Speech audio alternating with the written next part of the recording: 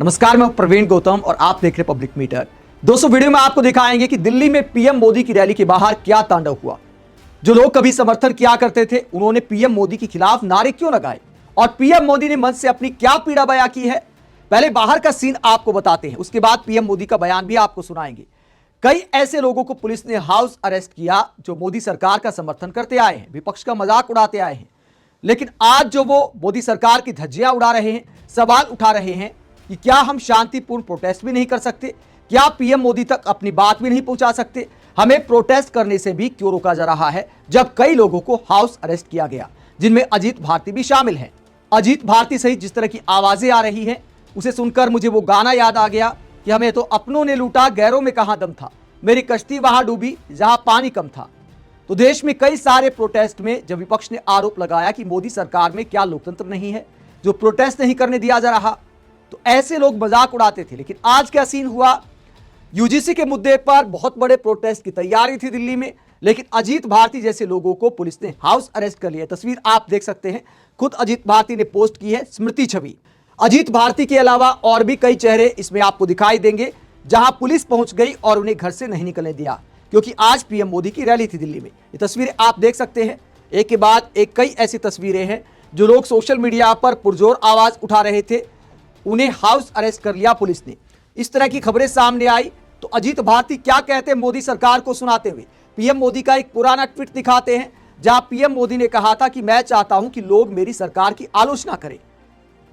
आगे पीएम मोदी ने कहा है कि क्रिटिसिज्म यानी आलोचना डेमोक्रेसी को, लोकतंत्र को मजबूत बनाती है।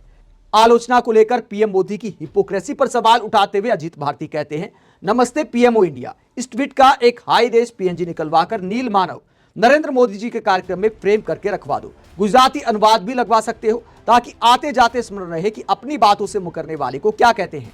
इसके आगे अजीत भारती क्या कहते हैं कि मीडिया में खबरें चलवाने से कैसे रोका जा रहा है। जब विपक्षी नेता कहते थे कि भैया मीडिया मोदी सरकार के पूरे कब्जे में है, तो अजीत भारती जैसे लोग मजाक उड़ाते थे। आज यूजीसी के मुद्दे पर ये प्रोटेस्ट करना चाहते हैं, प्रोटेस्ट नहीं करने दे रही सरकार, पुलिस भेजकर रोकने का काम कर रही है। तो अजीत भारती क्या कहते हैं, 14 जनवरी से अगले 10 दिन तक बीजेपी ने मीडिया को फोन कर करके यूजीसी पर कोई भी समाचार चलाने से मना किया, पर सोशल मीडिया के कारण उन्हें इस पर समाचार चलाना ही पड़ा। आज भी मोदी जी की रैली है दिल्ली में। सुबह से कीनिया में बाढ़ के समाचार और ईरान में हो रहे हमले से लेकर इलाहाबाद का रैंडम न्यूज चलाया जा रहा है। यूजीसी पर हो रहे हाउस अरेस्ट पर कुछ नहीं। यही न्यूज चैनल एक मजार तोड़ने पर न्यूज चला लेते हैं, पर आज ये कहां है? क्या पत्रकारों का हाउस अरेस्ट कोई न्यूज नहीं, या अनिल जी का फोन आ गया कि ये सब मत चलाओ, मोदी जी 35,000 करोड़ की योजनाओं का लोकार्पण करेंगे, उसकी भूमिका बांधो। या ये तो नहीं कहा कि रैली में दिव्यांग व्यक्ति मोदी जी की पेंटिंग लेकर आएगा, तो वो जरूर दिखाना है कि मोदी जी केयर कर रहे हैं, भीड़ में पहचान रहे हैं। अब ये स्क्रीनशॉट अनिल जी को मत भेज देना। देखिए क्या क्या लिख रहा है ये। मेरा यूट्यूब के गैर वामपंथी चैनलों से आग्रह है कि सोशल मीडिया से वीडियो क्लिप लीजिए और अपने अपने शो में इस पर बोलिए कि सरकार को शांतिपूर्वक प्रदर्शन करते स्वर्ण पसंद नहीं, स्वर्णों का केवल टैक्स चाहिए ताकि दलितों के फ्री कोचिंग, हॉस्टल, फी माफी, फाइनेंस हो सके।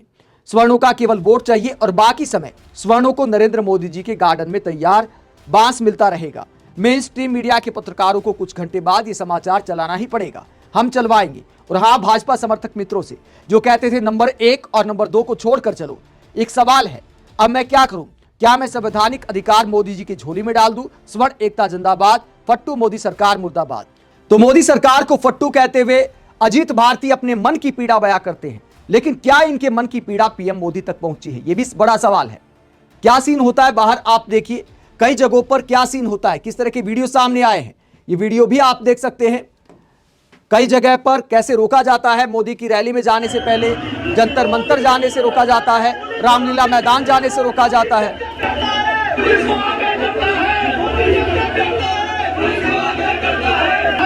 तो नारेबाजी होती है, मोदी जब जब डरता है पुलिस को आगे करता है, जब लोगों को रोका जाता है प्रोटेस्ट करने से। एक और वीडियो आप देखिए, ये वीडियो शेयर किया है स्वामी आनंद स्वरूप ने। यह भी यूजीसी रोल बैक करने की मांग करते हैं और इन्होंने क्या दिखाया है, जरा देखिए।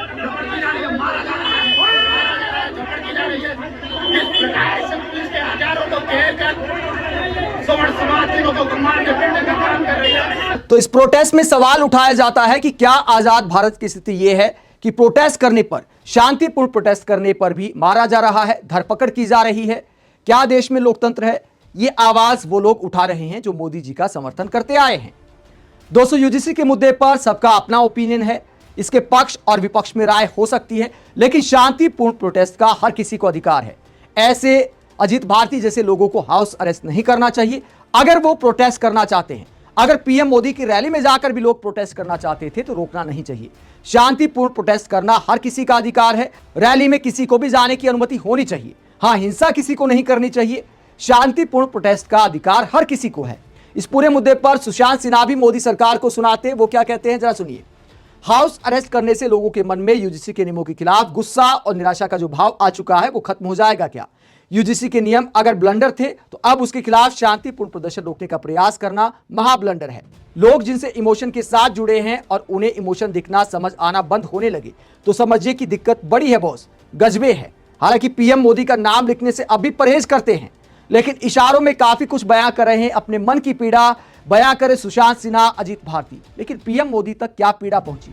पीएम मोदी तक वही पीड़ा पहुंचती है जो चुनाव से जुड़ी होती है। आज पीएम मोदी ने क्या पीड़ा बयां की? जब उनके पुराने समर्थक कहते कि भैया हमारी पीड़ा सुनो, तो मोदी जी ने क्या पीड़ा बयां की है दिल्ली की रैली में? दिल्ली की बजाय डायरेक्ट बंगाल पहुंच गए और क्या बोले, जरा सुनिए।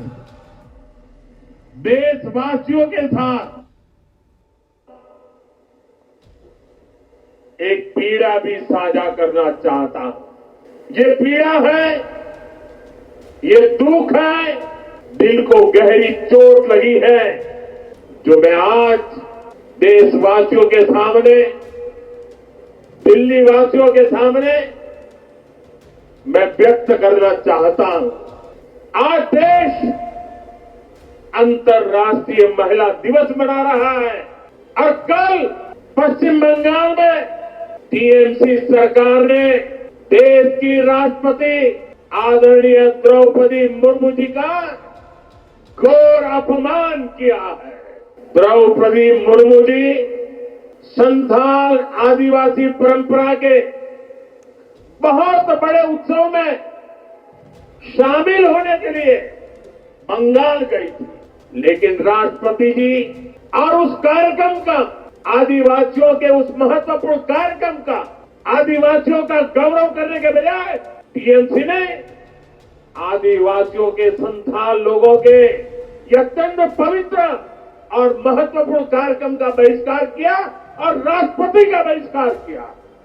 वो स्वयं आदिवासी समाज से आती है, संथाल आदिवासी समाज के। तो पीएम मोदी कहते हैं कि संथाल आदिवासी समाज का ममता बनर्जी और उनकी सरकार ने अपमान किया, राष्ट्रपति का अपमान किया। पीएम मोदी को इस बात की पीड़ा है, लेकिन दोस्तों हकीकत क्या है? वो राज्य सरकार का कार्यक्रम नहीं था, एक संस्था द्वारा आयोजित कार्यक्रम था। राष्ट्रपति वहां गई थी तो प्रोटोकॉल के मुताबिक अगर कोई सरकारी कार्यक्रम है तो मुख्यमंत्री का होना वहां जरूरी होता है। ये सफाई सामने आई है टीएमसी की तरफ से। महुआ मोइत्रा ने बयान दिया है कि सरकारी कार्यक्रम नहीं था तो इसमें अपमान जैसी कोई बात नहीं है। बेवजह राष्ट्रपति के बहाने पीएम मोदी राजनीति कर रहे हैं। राष्ट्रपति पर भी बीजेपी का तोता बनने का आरोप लगाया है टीएमसी ने आरोप लगाया कि राष्ट्रपति ने जानबूझकर चुनाव के नजदीक इस बात को बढ़ावा दिया है। सरकारी कार्यक्रम नहीं था, सरकार का कार्यक्रम नहीं था कि मुख्यमंत्री का आना वहां जरूरी था। ऐसे में दिल्ली में खड़े होकर बंगाल की पीड़ा को बयां करना समझ नहीं आता। यह दरअसल चुनावी पीड़ा है। और बीजेपी के पुराने समर्थक, पीएम मोदी का गुणगान करने वाले, पीएम मोदी के साथ जीने मरने की कस्में खाने वाले कहते कि भैया हमारी पीड़ा पीएम मोदी तक कैसे पहुंचेगी? हमें पीएम मोदी तक पहुंचने से भी रोका जा रहा है, हाउस अरेस्ट किया जा रहा है। आप इस पूरे मुद्दे को लेकर क्या सोचते हैं? कमेंट बॉक्स में अपनी राय जरूर दें। साथ ही चैनल को सब्सक्राइब भी करें। नमस्कार।